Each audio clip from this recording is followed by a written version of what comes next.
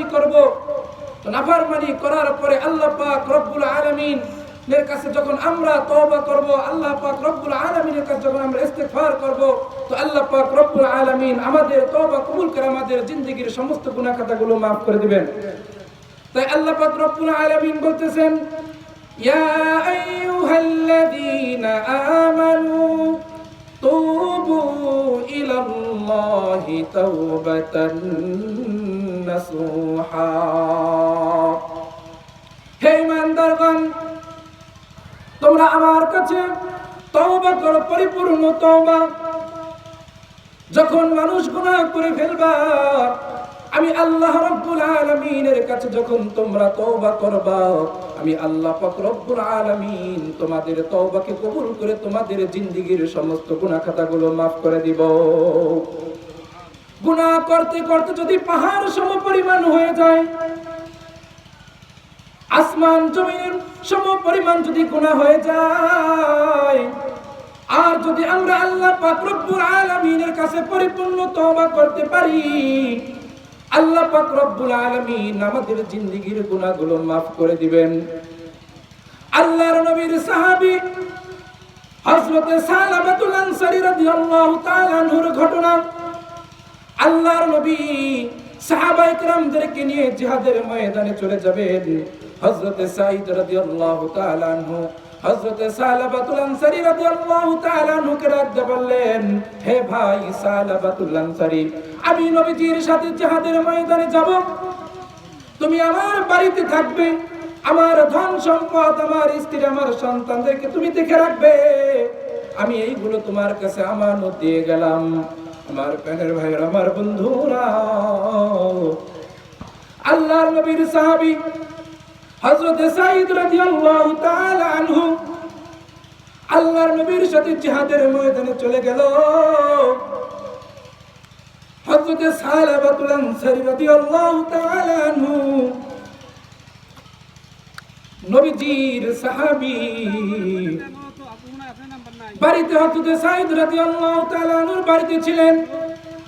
একদিন, দুই দিন, তিন দিন যায়, বাড়িতে কাজ করে হঠাৎ করে শয়তান এসে হযরত সালাবাতুল আনসারী রাদিয়াল্লাহু তাআলা আনহুর মনের ভিতর কুমন্ত্রণা দিয়ে দিল।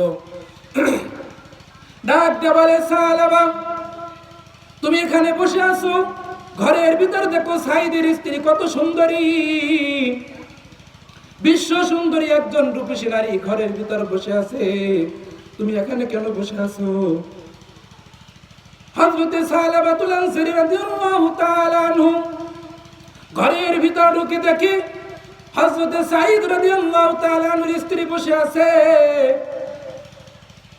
দেখে আর সহ্য করতে পারলো না, হযরত সাঈদ রাদিয়াল্লাহু তাআলা আনহুর স্ত্রীর হাতটা ধরে ফেললো। তার স্ত্রী ডাক দিয়ে বলে, ইত্তাকুল্লাহ, হে সালাবা, আল্লাহকে ভয় করো।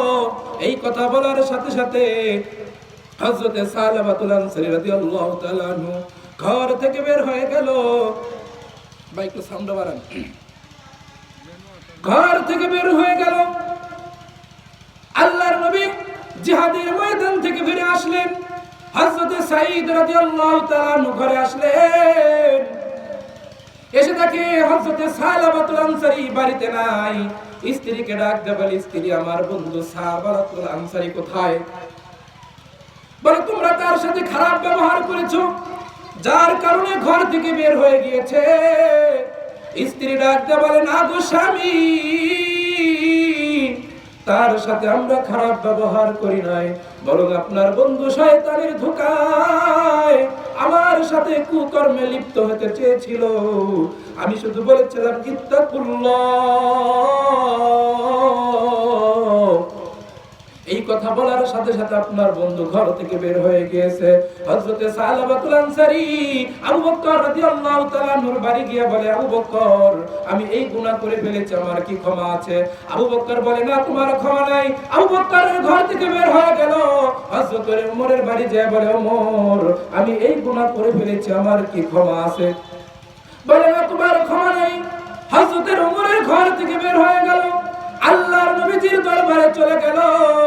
আল্লাহর নবীজিকে ডাকতে বলে, ইয়া রাসূলুল্লাহ, ইয়া হাবিবাল্লাহ, আমি এই গুনাহ করে ফেলেছি, আমার কি ক্ষমা আছে? আল্লাহর নবী কিছু বললেন না, চুপ করে রইলেন। হযরত সালাবাতুল আনসারী আর বুঝতে বাকি রইল না, আমি যে গুনাহ করেছি এই গুনার কোনো ক্ষমা নাই। হযরত সালাবাতুল আনসারী নবীজির দরবার থেকে বের হয়ে, মদিনা থেকে বের হয়ে পাহাড়ে গিয়ে আশ্রয় নিল। আল্লাহর কাছে কান্না করে আল্লাহ পাক রব্বুল আলামিন সাহাবার তওবাকে কবুল করে নিয়েছেন। আল্লাহর নবীর কাছেও জিবরাইলকে পাঠিয়ে দিল, এ জিবরাইল কি আমার হাবিবকে বলো আমি সাহাবার তওবাকে কবুল করে নিয়েছি। আল্লাহর নবী হযরত আবু বকরকে ডাক দিয়ে বলে আবু বকর, হযরত ওমরকে ডাক দিয়ে বলে ওমর, হযরত সালমান ফারসি রাদিয়াল্লাহু তাআলা আনহুকে ডাক দিয়ে বলে তোমরা যাও, গিয়ে দেখো আমার সাহাবা কোথায়, তাকে নিয়ে আসো। তিনজন সাহাবী যায়, কোথাও তাকে পায় না। খুঁজতে খুঁজতে মদিনার বাহিরে চলে গেল। মদিনার বাহিরে গিয়ে দেখে একজন রাখাল, ডাক দিয়ে বলে হে রাখাল ভাই, তোমরা কি একজন নতুন মানুষ এখানে দেখেছো? ওই রাখাল ডাক দিয়ে বলে আপনারা তো নতুন, আপনাদের কত চিনি না। তবে বলে হ্যাঁ, একজন যুবক আল্লাহর কাছে রুনাজারি করে কান্নাকাটি করে ওই পাহাড়ে গেলে তাকে পাইবা।